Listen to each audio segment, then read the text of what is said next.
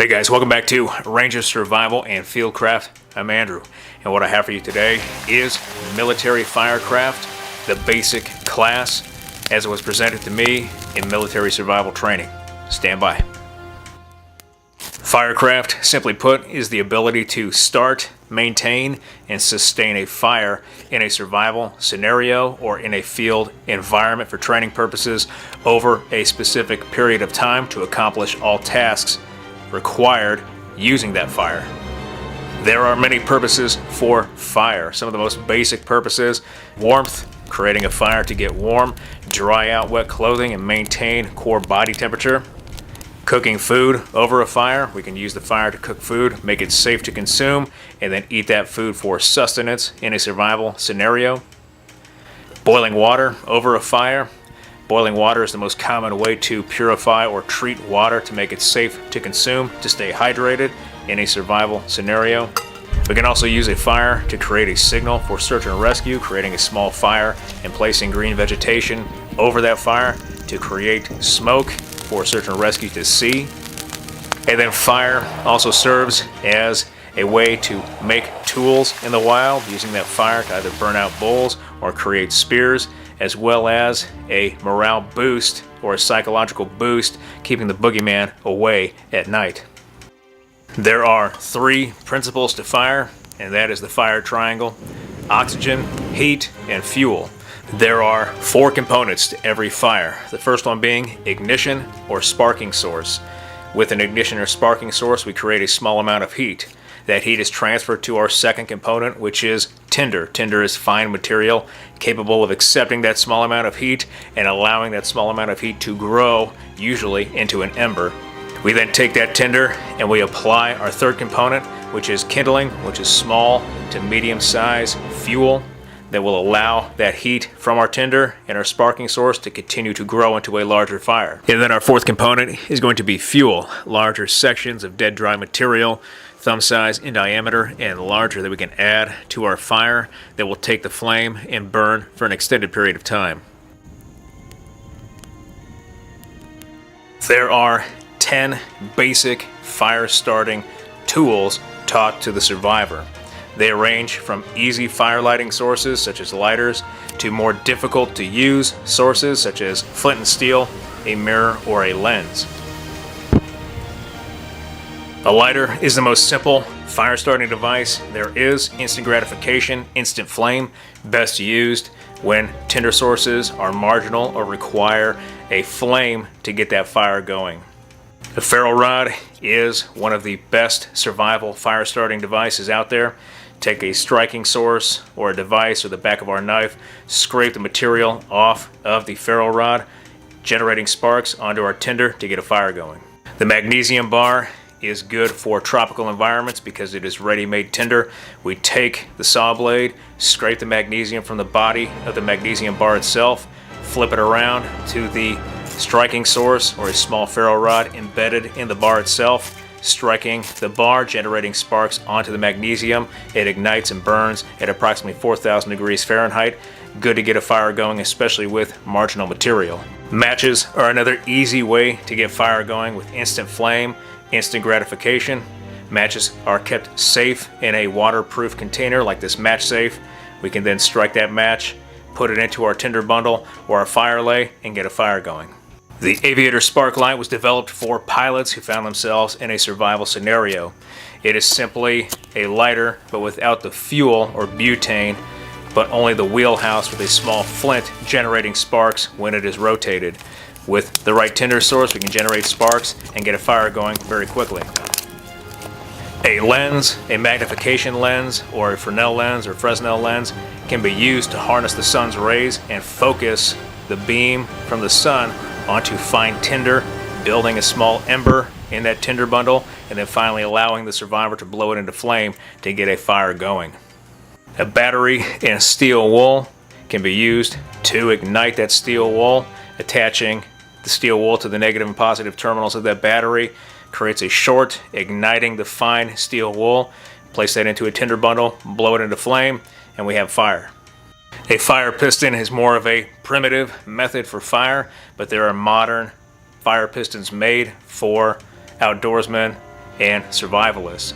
We simply take charred material, put it on the tip of our plunger, place our plunger in the housing compartment for our piston, apply pressure down quickly and remove the plunger from the housing compartment, and the charred material is lit, creating an ember. We take that charred material or the ember, place it in a tinder bundle, and blow it into flame. We have fire. Flint and steel is a traditional method for getting fire going. We take a hard rock and strike it against a piece of high carbon steel, tearing off pieces of that metal from the steel. When those pieces come off the metal, they ignite very rapidly in air when exposed, creating sparks. Those sparks can land on fine material like our char. We take that char, apply it to a tinder bundle, and we blow it into flame, creating fire.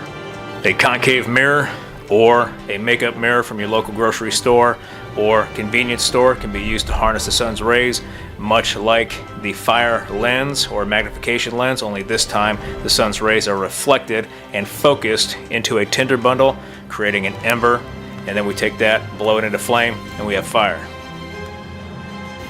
There are a number of basic or easily found tinder sources that we can use with our fire starting devices to get a fire going in a survival situation.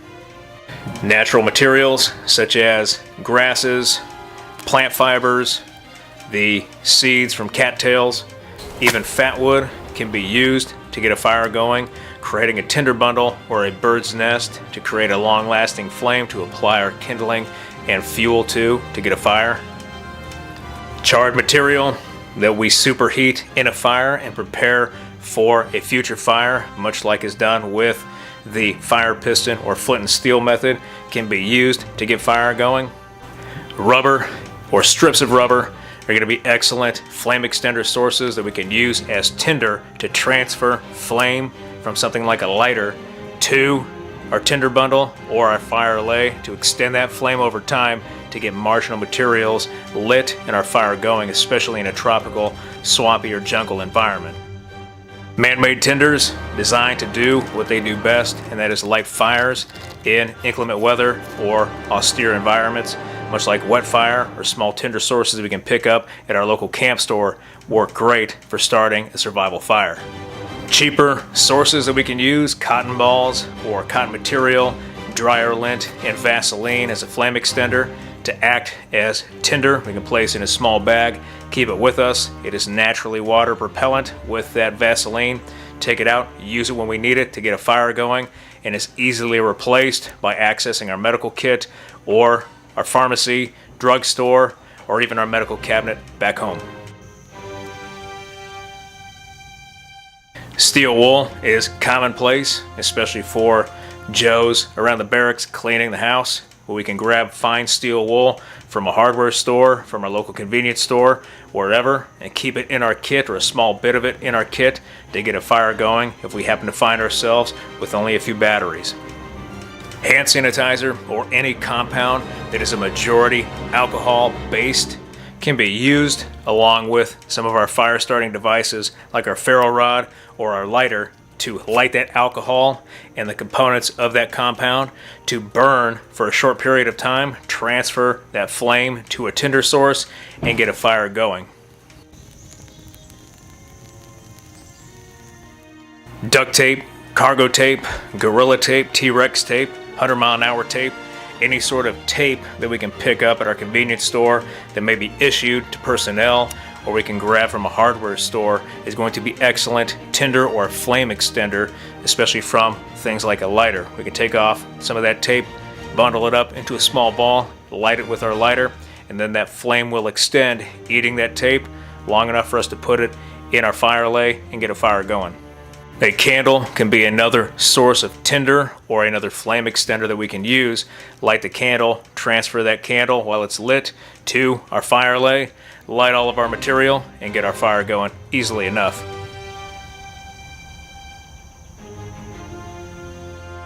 Maybe that's similar to cotton balls and Vaseline.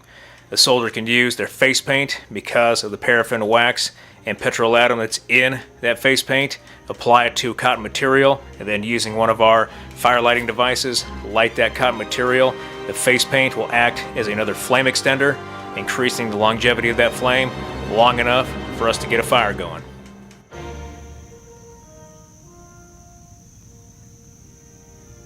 Besides our fire starting devices and our tinder sources, we also need to understand the tools necessary to break down fire material out in the field or in a survival scenario. Items that could be part of our kit or our bushcraft kit, field kit, things that we can take with us or recreate or find as part of somebody else's kit or an emergency kit that we may just come across depending on our survival scenario.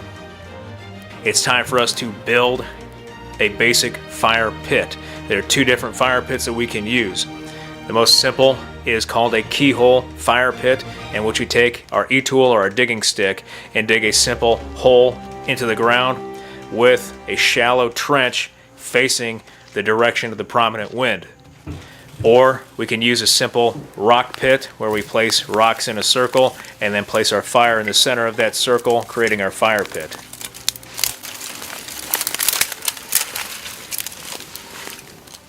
Of the two fire pits, the keyhole fire is most preferred as opposed to other concealed fire pits. The keyhole will allow us to use our fire quickly for our survival purpose and then conceal that fire once we are complete. Now that our fire pit is complete and our materials are processed down to the appropriate size to start a survival fire, we need to build a proper fire lay. What we do is take dry material and place it on the ground to act as a barrier between our tinder source, our fire, and the earth and whatever moisture might be in the earth's surface to prevent that moisture from affecting our fire. We then place our tinder down. We can ignite our tinder and allow that tinder to transfer the flame to our kindling and then to our fuel, and we add more fuel on top of our fire once the flames have reached above the current fuel source on that fire. Now that we have a basic understanding of firecraft in a survival scenario with a wide variety of fire starters and tinder sources demonstrated, as well as how to process material, create a fire pit for that fire, and then use that fire and sustain it long enough for survival priorities, you will now be given 3 examinations of which you must pass to advance to the next phase of training.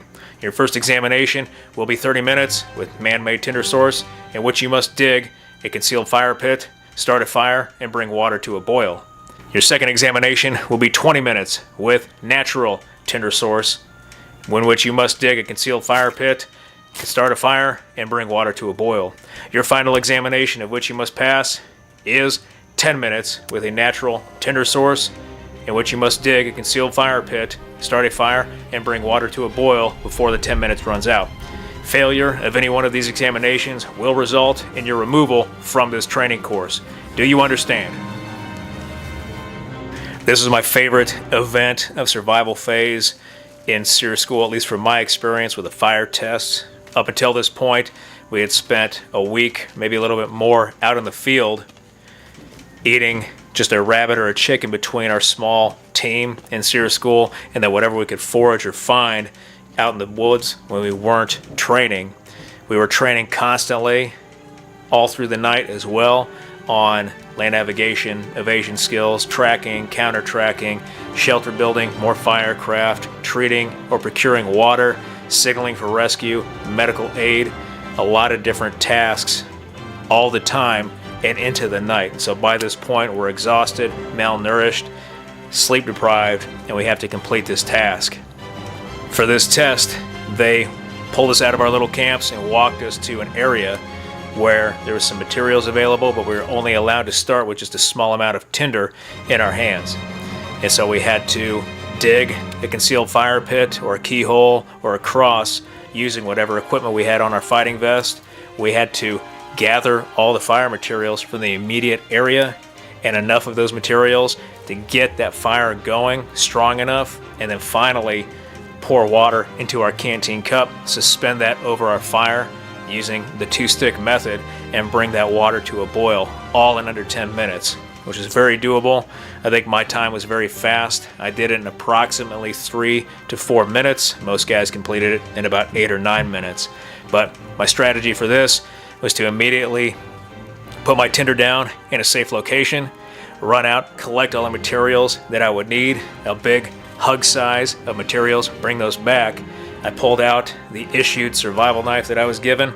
It was a Gerber FML, and I immediately dug a cross trench in the earth, and then put my tinder in the center of that cross, ignited it, put the material over the tinder source, built my fire up, and then finally poured my water into my canteen cup, put it over the fire, and let it come to a boil to complete the test. Alright guys, that does it for this video. Firecraft, military style, the basic class. I hope you enjoyed this video and you learned something from this video. If you like this video, hit that like button, hit that subscribe button, leave me a comment in the comment section. I always appreciate your feedback. I want to thank you guys for everything you do for me, for this channel, for your likes, your views, your subscriptions, your comments, your feedback, and your shares. And I'll be back with another video as soon as I can, guys. Thanks.